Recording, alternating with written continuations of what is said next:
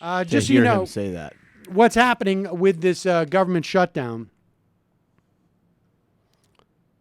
You've got the federal government spends about $3.5 trillion annually, 22%, which makes up 22% of GDP. It collects only about 18 to 19% of GDP in taxes. Of the spending, 1.2 trillion is discretionary spending and directly affected by the shutdown. In other words, non-discretionary spending, Medicare, Social Security, is not impacted. About half of discretionary spending is for the military.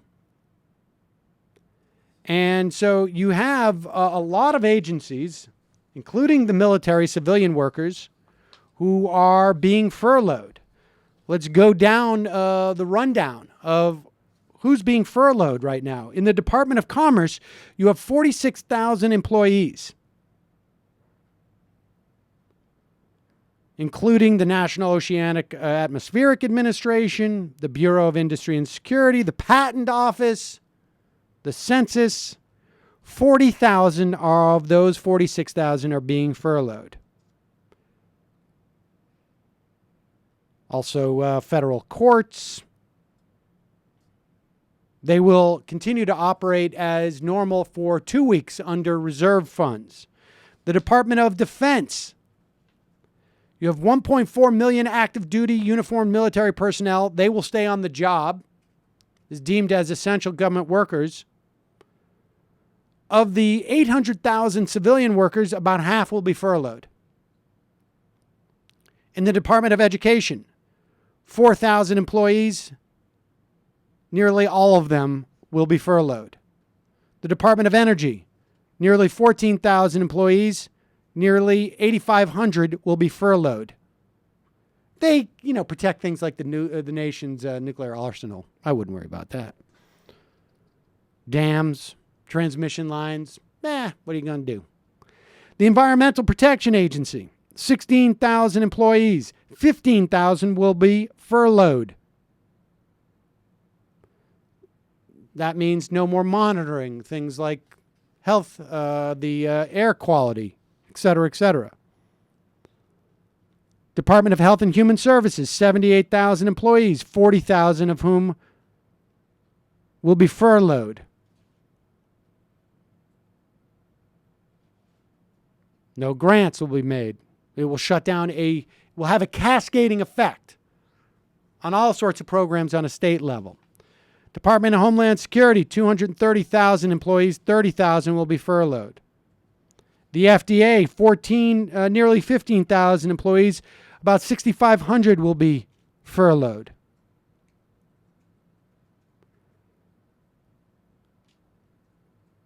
They will be unable to keep up the majority of its food safety, nutrition, and cosmetics oversight. What are you going to do? Department of Housing and Urban Development, 8,700 employees, 8,300 will be furloughed. Department of Interior, 72,000 employees, 58,000 will be furloughed. Enjoy your trip to one of our country's national parks. The DOJ, 114,000 employees, 17,000 will be furloughed.